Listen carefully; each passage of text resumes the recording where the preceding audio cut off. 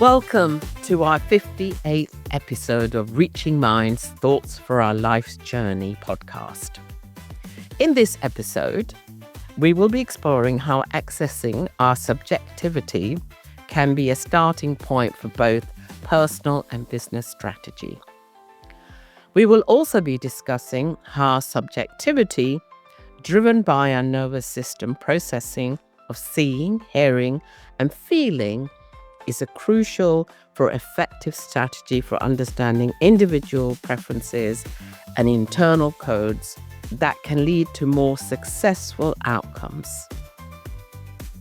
Today, I'm joined by Joseph Pritchard, who I've known for at least 30 years, if I can recall, who is a founder and a partner at Zetetic, which means proceeding with an inquiry. Joseph works with CEOs as his clients to build long-term business value through strategy, integrating subjective science with objective analysis to solve critical and personal business problems. Joseph has worked with almost every type of business, including corporate, startups, social enterprises, and high-profile individuals. Welcome, Joe. Welcome, Nita. Thank you for inviting me.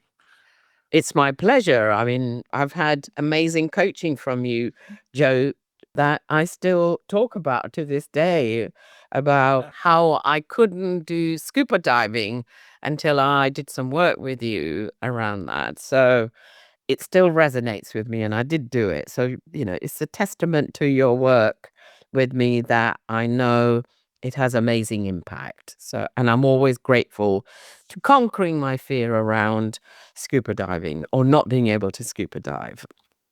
Now, I'm really interested in this subject around subjectivity.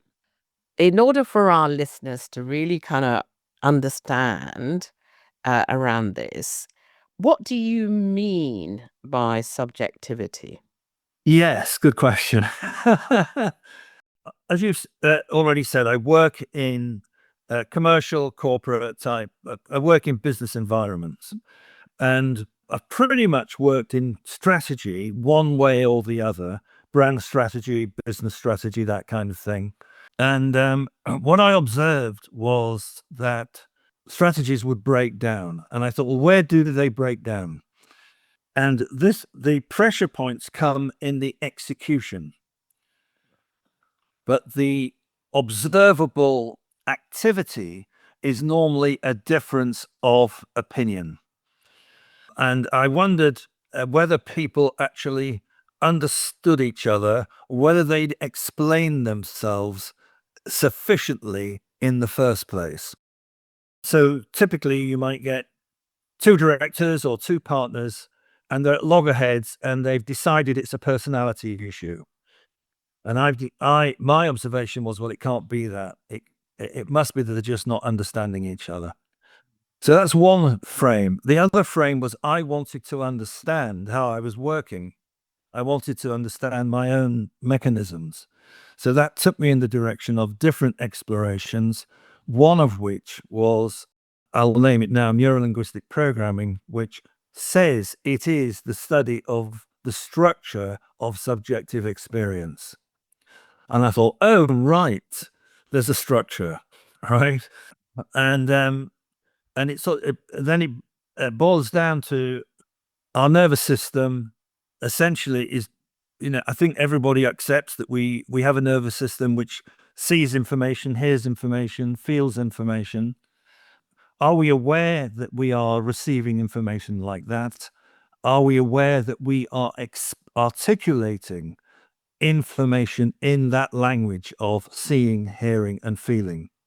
So I have an experience. How do I explain that?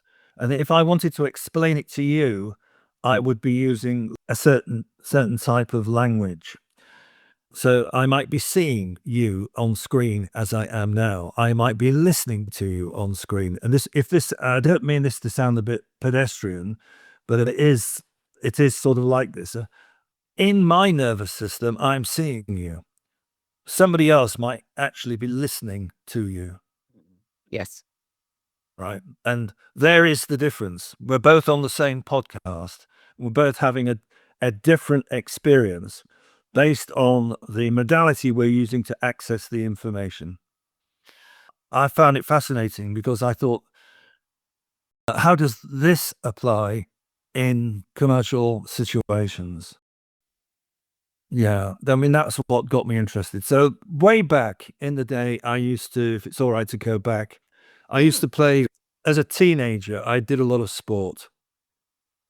And the thing about team sports, is that you have to cooperate to win. And then I came through my teams and went to, after university, I went to work in the marketing department of a brewery. And my observation was that I perceived the basic ingredient was cooperation, but what I saw was conflict and competition. You know, and this threw me off. I thought we're not going to win anything if we are constantly arguing with each other. So I sort of got interested in this area, and my communication wasn't that great, right? So I had a strong feeling sense, a strong physical presence. It showed itself in sport. I had a strong instinct which showed itself in the reactions of in a sporting environment. But when I went into the business environment, it was conversational. This was not my strong point. I didn't know how to put my point of view. At the same time, I've got this slight volcano of energy going through my body, which I might employ in the sporting environment, you know. And so I had a good instinct, but I couldn't explain myself. It was frustrating. I would listen to the argument. So this is I'm working in marketing. We're working with the top agencies in London, the highly articulate people. They come along to your meeting, and you come out of the meeting not knowing why you've agreed what you've agreed, right? At least that's the way it was for me. And so, and I also was aware that I could be inarticulate, almost immobile, until suddenly I was very mobile and overexpressive as my words fought to get out. And then after about 10 years, someone said to me, perhaps you ought to do something about it. And I thought, okay, well, what can I do? And this area called neuro-linguistic programming came across my radar, and I went and I started by going on the foundation skills and the practitioner skills training in that area. And what it allowed me to do was to understand that my world and my experience was different to someone else's world and someone else's experience. I thought, right, I need to understand their world and their experience and how they're communicating that before I start explaining mine. This was a sort of radical shift. So I used to work with some people, one person, I won't name them, that they were what I would now call highly visual. They moved at a rate of knots, and the ideas were popping all the time. And I was inert. I was the kind of person that sat down still and didn't say anything and read things. And I can imagine this was like two ships passing in the night. Once I understood that this person was speaking a different language, I moved to it. And for the first time in about 5 years, we started to get along. I made the shift. So in my nervous system, I'm processing things in my physical limbs and in my feelings. And when I meet someone who's processing things in their ideas, visual ideas, it is like we don't speak the same language. So in order to get along, I have to move. And that was my first sort of breakthrough. There's a structure to this. There's a structure to the way that I'm experiencing. There's a structure to the way they're experiencing based on the nervous system, seeing, hearing, and feeling, smelling and tasting, the others, but the five senses. And I wondered then, Right. So what's happening when we do business strategy and somebody gives their point of view and then another person gives their point of view and then there's an argument about points of view? I thought, do we actually understand what we're talking about? So if I wanted so I had a device which was language, and I had a structure which was the nervous system, and I started to track back what their subjective what they were trying to explain about themselves as they were designing their strategy. Now, this is before you get to the numbers, okay? Because it's easy. You get the numbers, you say, we want a rate of return of 20% on capital employed. Which industries give us a rate of return on 20% of I know, pharmaceuticals. Let's go into that industry. Well, yeah, that's great from a market segmentation point of view, but it isn't going to sustain the business. Because what sustains the business is the human spirit and their subjectivity, not the analytics. Okay. It's easy to make a mistake with market segmentation. I've done it. I've made that kind of error and recommended something that was absolutely wrong culturally for an organization because I hadn't spent enough time understanding what really turned them on, what really motivated them. And it's the same with it. So this, I found out after years, this is like decades of practical work. I found out that people do know what it is that they want if the conditions are there for them to discover it. And they will articulate it eventually through the nervous system. But there's just a gateway in, if that makes sense. So that's quite a lot all at once. I'll stop there. No, I completely understand that, and I relate to it because Yeah. what you're describing to me is a couple of things, which is being a highly kinesthetic person, feeling person. I know that I'm slower in my processing anyway around things, and observing individuals who are highly visual, who tend to dominate the world of communication. In fact, a lot of our teaching and a lot of the world around us is built around highly visual thing. Well, anyway, that's my experience rather than kinesthetic. And where I'm interested in what you're saying just now is that understanding that is the gateway. So what's beyond the gateway in that case? Okay. Well, I'll go back into a client situation. First of all, most things that a client says to begin with. So I've got another model of the world, which is that we're dealing with a number of different capacities. So we have a mental capacity, we have an emotional capacity, we have a physical capacity. It's a bit similar to what I've just said, but there is a world that recognizes these things, and there is a almost invisible unified capacity. And some people might call it the unified field. Some people might call it the soul. Some people might call it spirit. Some people might call it Atman. There is a place inside a person. Mm-hmm. But how do you get there? When you walk into a commercial situation, the head is in charge. The brain is working.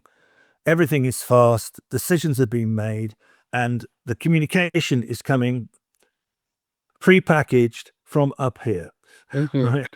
When you want to get to something meaningful about a situation, it's generally not the answer. It's what's already known. They already packaged it. They've got the answers ready, right? This is my sort of like take on it, really. And if they want to resolve a problem, the problem isn't going to be resolved by doing more of the same activity. That is thinking. So I want to take them to something, other parts of the body, which they have. So we have the emotional body, the center of which is the heart, is recognized. It's where we fall in love, you know, in the heart. And I think we fall in love because we fall out of the head just long enough to fall in love with someone. And then we have what the Japanese call the hara, which is the center of, as far as they're concerned, the energy body in the hara. And we all have those. And I also, because of my own experience, would say that we also have an Atman or a soul or a very refined energy inside ourselves. And I want to go in that direction because that's where the real information is about that person wants to represent. So how do I do that? I know that I can't do it by going in and just saying what I've said to you. The conversation would almost certainly be over. Right? So I meet them where they are and they talk. So businesses in business, people talk. So I get involved with their language. I'm not going to go into all of the sort of conditions that you need, but you know that if you watch two children, if they trust each other, they'll play with each other. And it's the same with two adults. If they trust each other, they'll play. And someone who runs a business will answer questions if they trust you, basically. If they think that you're not going to make a fool of them as they explore the ideas, basically.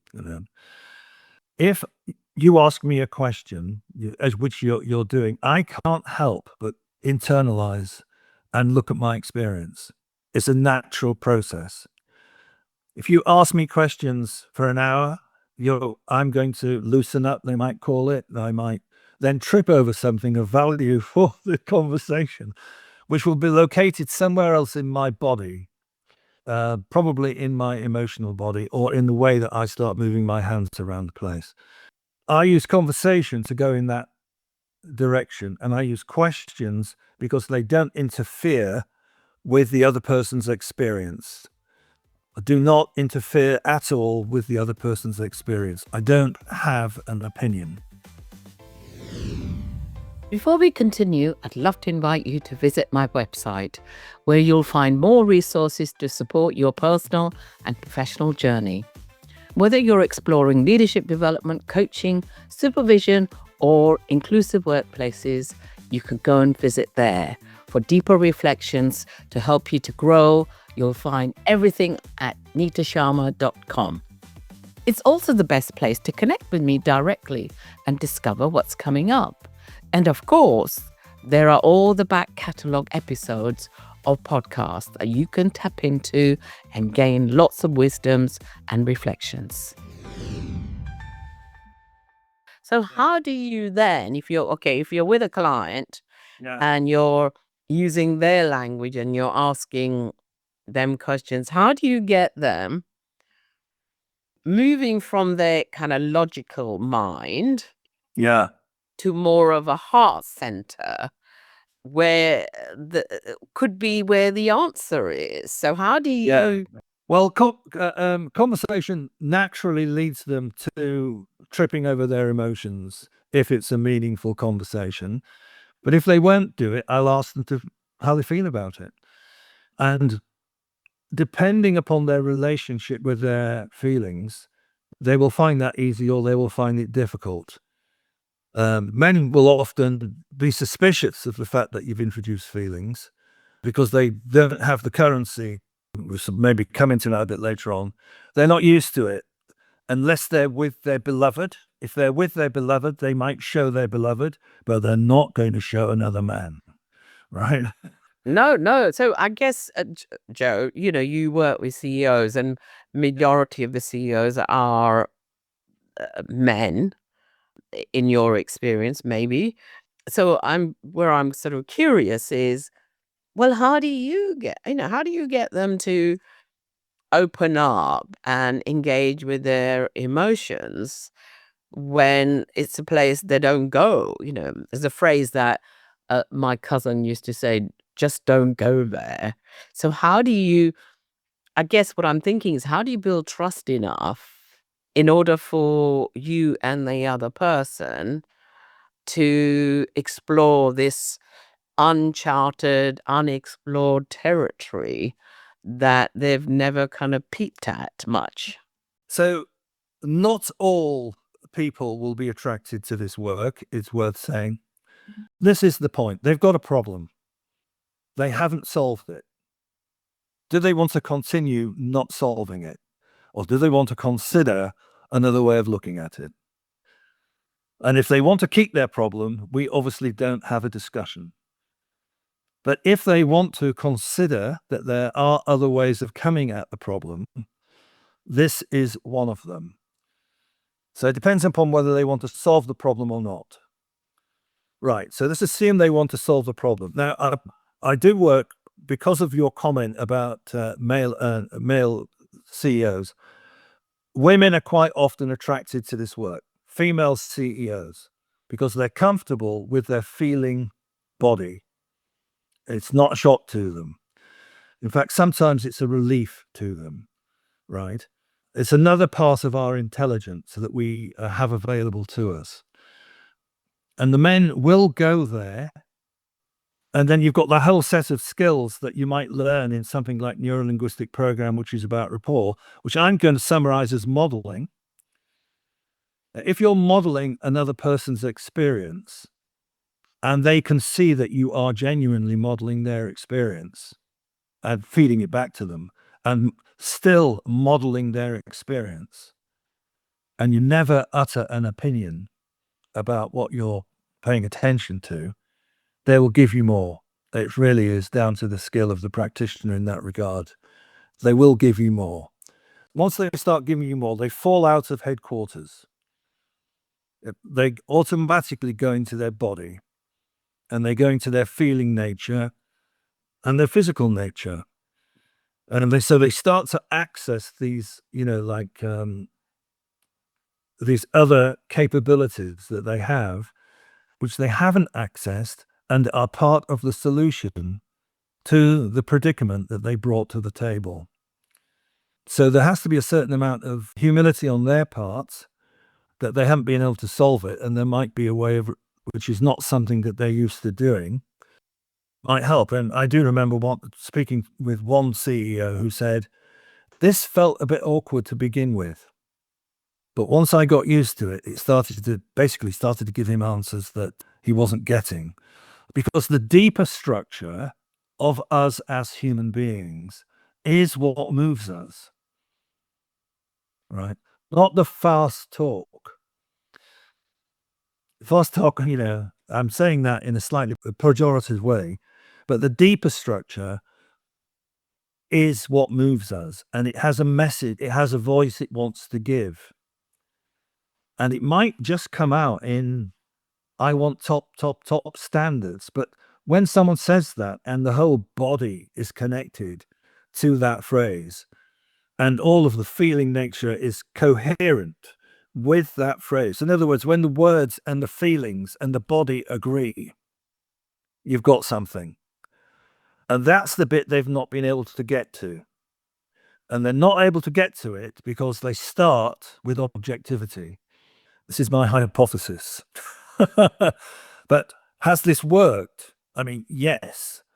I mean, I can quote one that's in the public domain, Eden Project. When I met them, we worked on a new strategy. It took about 7 or 8 years, right? This didn't happen overnight.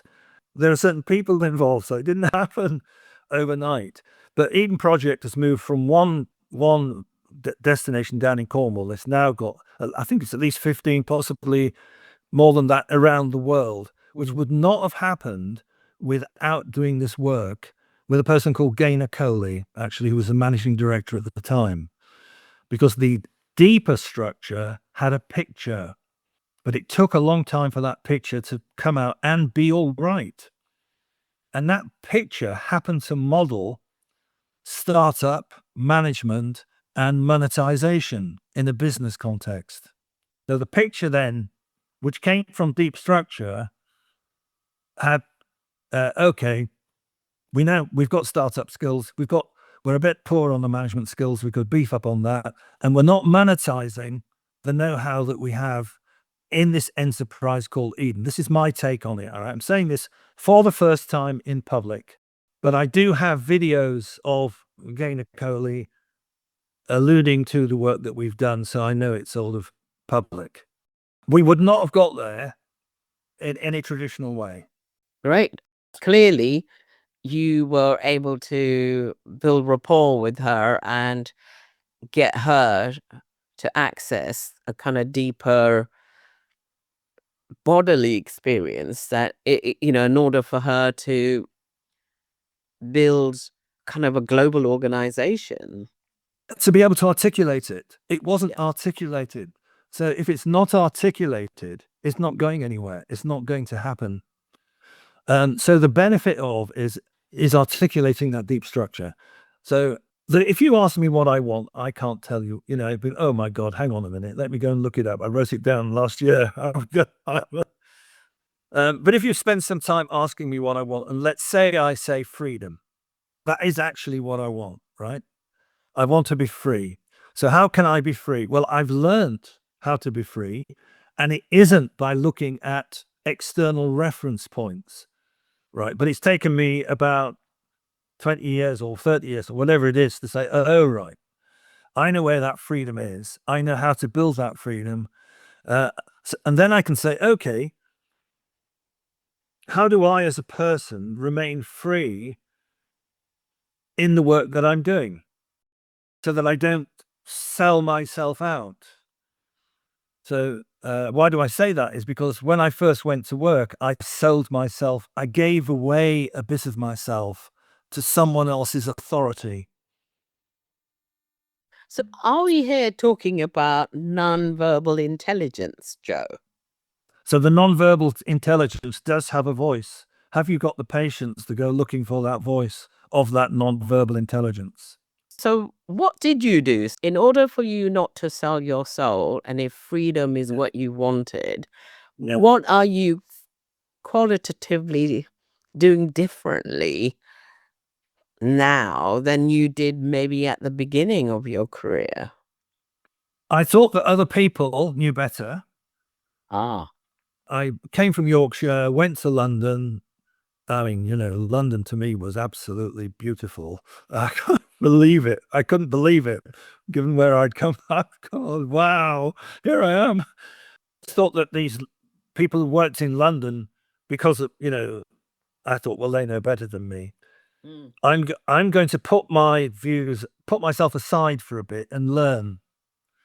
And what I observed was that they were crossing kind of almost like invisible fabrics in myself that I felt uncomfortable with. And I thought, oh, no, I don't know. I don't know about this. The way they might talk to people, gossip. Gossip can be really cruel. But gossip is also, I observed it as a tool. I observed people employing gossip with a purpose of undermining other people. And this sort of, I didn't like it, but I thought, is this the way I've got to behave? I really did have to consider this. I thought, maybe I don't know. Anyway, you can imagine what might happen. So after about 10 years of that, I got ill, right? And I thought, right, I'm not going to do it anymore. The soul has to be central to my way of being. It just has to be there. And I then found a group of people who sort of broadly agreed with that, and I started a new career. And that new career was looking at personal development, is the best way of describing it. Accountability, responsibility. And these were ideas that I thought, that rings a bell with me. That's how I feel how it should be. And so I started to explore personal responsibility, accountability, and then I hit another barrier, which is how do I communicate all of this? I learned the NLP was amazing, not in terms of my experience, but in enabling me to be functional and practical in the world that I was living in. And also then to start to see where the blockages were, because I saw where they were in me. And I just took that deeper and deeper. And we can come back to that. So your kind of original, when you said when you started working, is you defer to others. Are you saying over the years you stopped deferring to others? So how did you, how did Where you did I do go? that differently? I developed my internal state and I paid attention to it. Right. I said, it's happening in here. I know where the source of my intelligence is. I'd done lots of things by this time, and I thought, yeah, actually, that thing, that intuition, that nudge, that is actually my intelligence. I better pay attention to it. Now, when I was playing football, I paid attention to it because that's what made you good at your job at football. You know, it meant not everybody likes football, I know, but it was a team game, and Yeah. I thought, right, okay, your instincts or your some other intelligence would move you faster than your brain could think. Right.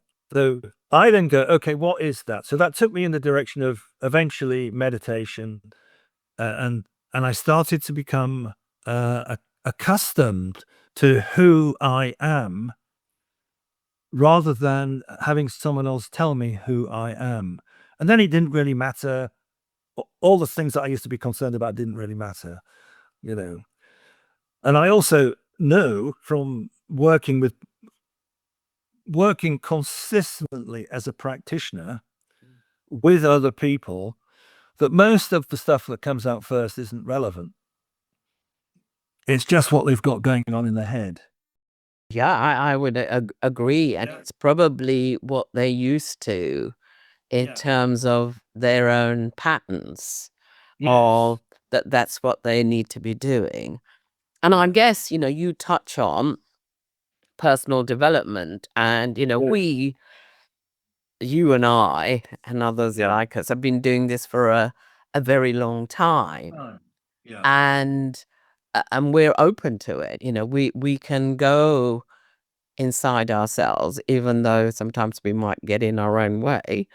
But we can go, we have that technology or the access. How do you, I guess, begin to encourage others who maybe are only staying at that kind of superficial, logical level of, seeing the world in a particular way? Yeah. I mean, I'm quite difficult because every time I have that conversation with someone who's not really interested, it goes nowhere, really. So I had a crisis and I knew I had to do something differently. Mm. And this seems to be the case. If you put it, businesses don't talk to me, and they don't talk to me unless there's a crisis of some kind or another. No matter how they patch it up, no matter how they presented it, there is a crisis. Otherwise, then they're not talking to me, right? And that gets crises gets people to move. So on a personal level, it got me to move. It got me to do something, and in a commercial situation, it gets those other people to move. So, and normally people who've got to the top of a business, they're capable. They go, oh well, actually, maybe there's something I don't know. Some of them do actually, encourage that idea. But I'm not sure I answered your question. But it's a bit like if you've got the life you've got, and you want it, and you don't like it, something's got to shift. The answer is internal. How does one access the resources that are internal to enable us to flower, if you like? And it's, in my opinion, it's the starting point in a business as well. Did that answer your question or not? Well, I think so, actually. I think so. I guess, where I was trying to Yeah. maybe navigate is, in a previous podcast I did, we talked about, and I think you're touching on this because I think there are some parallels about growth mindset and fixed mindset. So there may be CEOs who are very bright, intelligent, able. And we've seen plenty of examples in the corporate world over the years.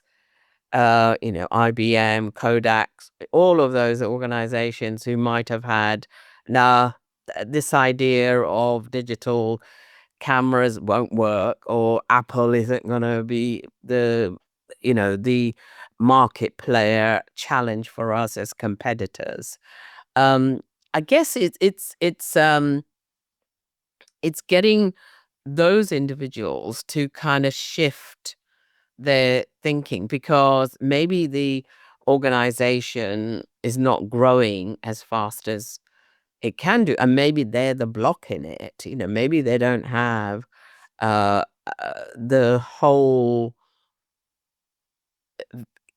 vision or purpose that they need to take the organization to another level.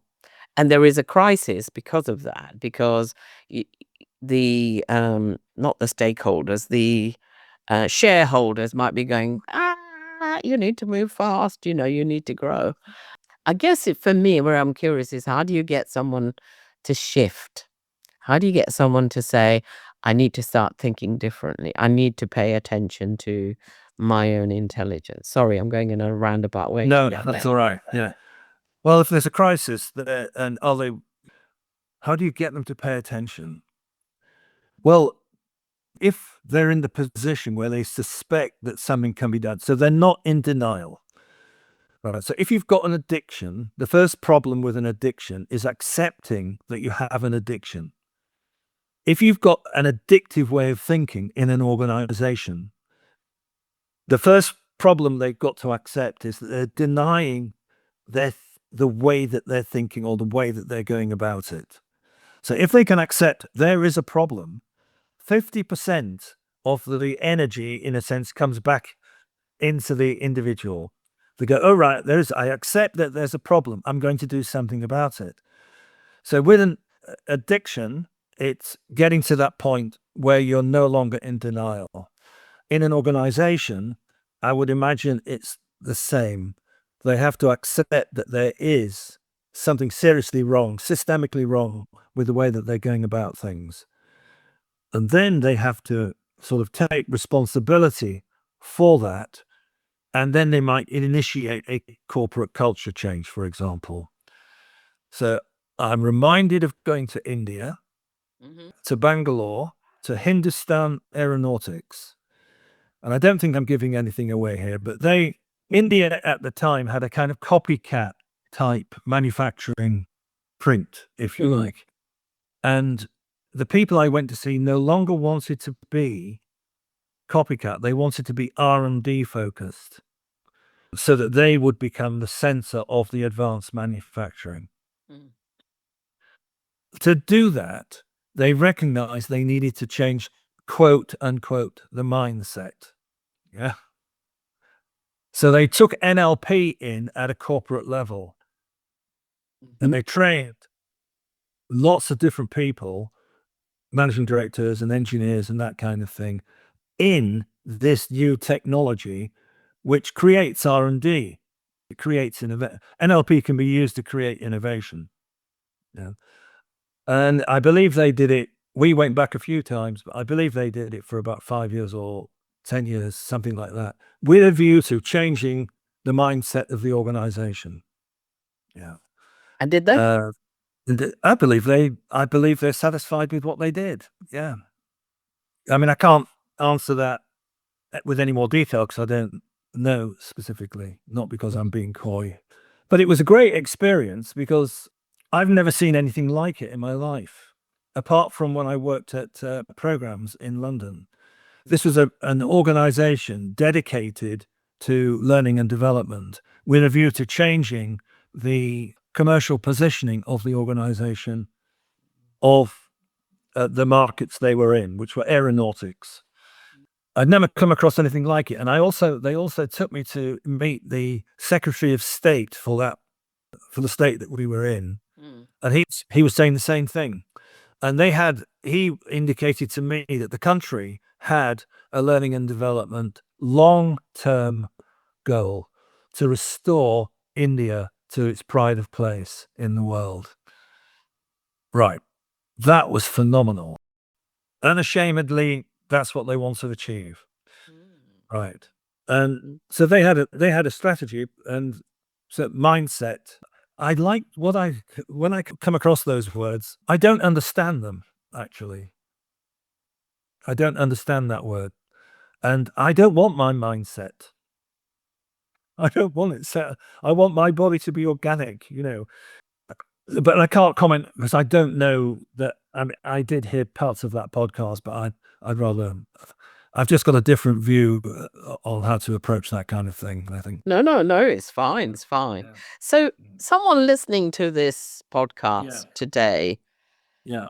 how can individuals begin to do this, what you're sort of saying, accessing their other intelligence and their non-verbal intelligence, and like you were sort of saying, you wanted freedom. So let's say I wanted freedom. Yeah. How do I begin to unpack that for myself so that it becomes a reality rather than a conceptual thing? Yeah. Well, am I free? Who's in charge of my thinking? Am I in charge of it, or is somebody else in charge of it? Oh, I didn't even know I was thinking. Right. I don't have a sort of a quick answer. I knew that I had to do something with my life and point it in a certain direction. To do that, I had to learn certain skills, which ranged from business skills. So I did an MBA. I knew I had to have the language of the boardroom. I learned neuro-linguistic programming skills because I was not good at communication. And it gave me this prize called modeling, which I've used in lots of different ways. When you start modeling, it's just a doorway to shattering identity and that kind of thing. It's fantastic. And I also knew I still didn't kind of like know enough. And I went off on this Tibetan pulsing kind of industrial cleaning of the nervous system. Wow. I was curious about my nervous system. Right. Have I got something to do with it? Or am I just a victim of my nervous system? Mm. And then you have a model, which is everyone's got a model, but this is a practical work. It's not something you get if you do intellectually. You don't get it until you do it. But yeah, in their model, everything is remembered by the body. Yes. I agree with that. Right. The actual microchip for that information's in the eye. Oh, Right. did not know that. So all the organs, according to them, register in the eye.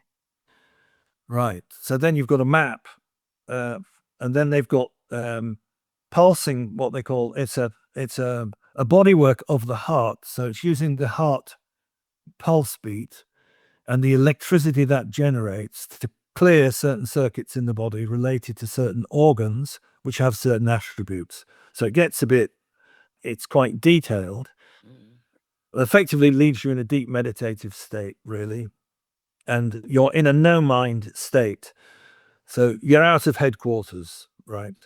So how do you sort of go about this? I think it'll vary for each individual because mine was a very personal journey. I was the one that was inarticulate, and I just went towards anything that helped me understand what was happening inside my body. So I didn't know, for example, that I couldn't speak without using words generated through the senses. Amazing, isn't it? You go, really? The senses build up our nervous system, and the words that we use describe our senses. So our words are like one step away from our senses. And then our senses, I believe, are one step away from that real non-verbal intelligence. So what would be an example of that, Joe? Sorry. What would be an example of that? Of what?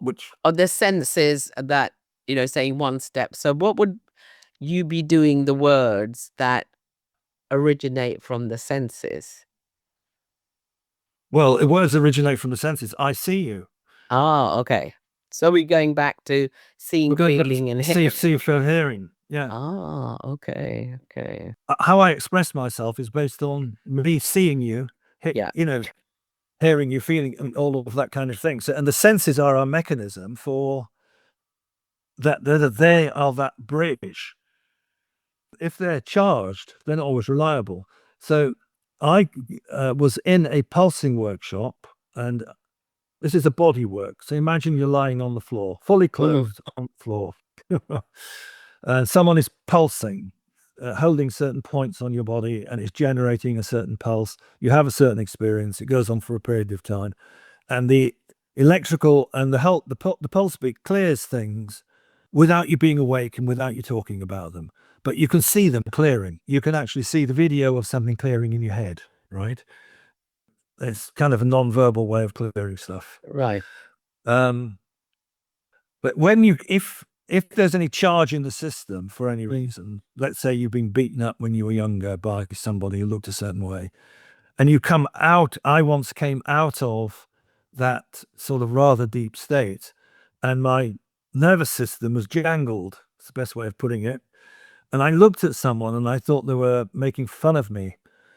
And you're in a meditation hall, right? I'm 1 second away from having a fight. But of course, I'm in a meditation hall, so I sat still and I watched it run. And in a few seconds, it completely cleared and there was nothing there. There was just complete calm. So I knew that my nervous system was dictating my responses to what I was seeing. Right. So, which I think is quite interesting because it sounds to me that it's a bit like fight, flight, and freeze. So that when you're in that meditative state, when you were, and that got triggered for you. This is my language.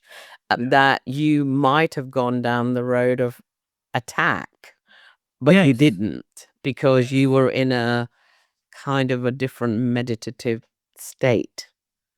Yes, and as a result of that, I've learnt to wait when those kind of strong triggers run, because I've seen that they're not real. I recognize that because I know that sometimes when I have a very belly response to things, I need to sit with it as opposed to what my body wants to do is to expel it. Yeah. But if I sat with it, it actually it either dissipates or it gives me some wisdom through that. Exactly.